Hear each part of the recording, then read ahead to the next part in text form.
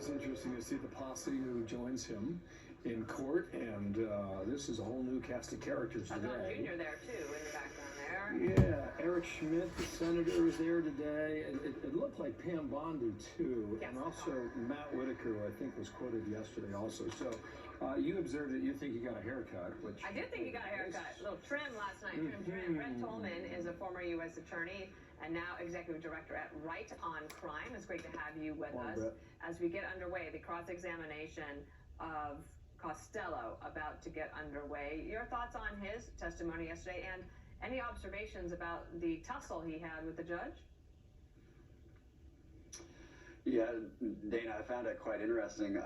What you see is a real stark contrast between a judge that seemed far more relaxed and allowing incredible amounts of irrelevant and unfairly prejudicial testimony through Stormy Daniels and Michael Cohen, to then contrast that to the handcuffing that I think he was doing to the defense's witnesses is exactly opposite of what, my 25 years I've seen judges do. They typically err on the side of allowing the defense great latitude to bring in evidence even if they find it to be irrelevant, so that they don't risk a conviction on appeal, and they also don't look like they're trying to shut down the defense team.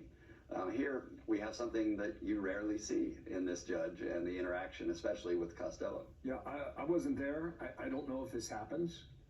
I don't know if judges are this offended. Maybe they are. But Dana and I read a few lines a moment ago. Costello said, "Can I say something, please?" This is when the jury's out of the room. "Can I say something, please?" No, this is not a conversation. Is that usually the way it works?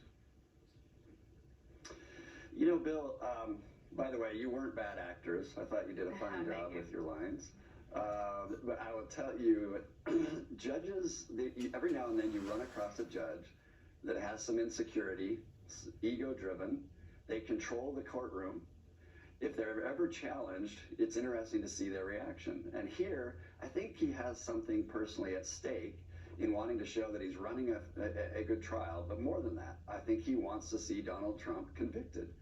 So then you add all that up, and look, I've never seen an objection sustained so quickly. You didn't even get the question out multiple times, and the objection was sustained. That's why Costello said, "Geez," audibly in the courtroom, because you do not see that. And practicing in courtrooms, what you would see is the opposite. Judges attempting to show a good bench demeanor and an appropriateness and a decorum about them. That was all lost here. The jury saw most of that, and it'll be interesting what their takeaway is. I want to ask the control room to pull up call for X12, please. This is Trey Gowdy. So Trey Gowdy was in the courtroom yesterday, and he had an observation of the very thing that you are talking about. He was on Fox and Friends this morning. Listen here.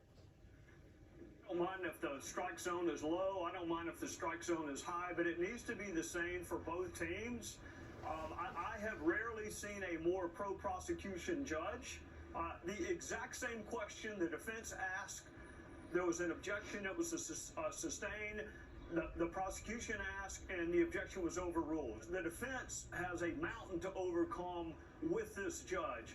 Trey Gowdy is one of the most even-keeled, fair-minded people that I know, and if he's saying that, I'm wondering, Brett, if you think that the jury is seeing something similar. I think they are. Even the jurors who are not attorneys are in there, and they see human reaction, and they see a judge getting hot, being upset. Think about the threatening. This judge threatened, Dana, to strike the transcript of relevant admitted testimony by Costello. Not only is that not ever done, I don't think it's legal. Once the testimony has come in, it's deemed to have been reliable or relevant, and it's admissible. He threatened to strike that because he was angry at the witness and angry at the comments. And that's what Trey is talking about. It's an overt reaction by a judge to place himself on the scales of justice. This judge is trying to do that, and it should be offensive to a lawyer like Costello or to lawyers that are watching it, but to anybody, especially those in the jury that are watching this case live. Brett, we are learning right now from Lydia Hu in the overflow room about this Brad Smith fellow who used to work for the FEC. And we all thought that he would be a witness, and apparently that all fell apart yesterday. So he just sent out a big thread on X, and I just read one of them for you. This is number 6.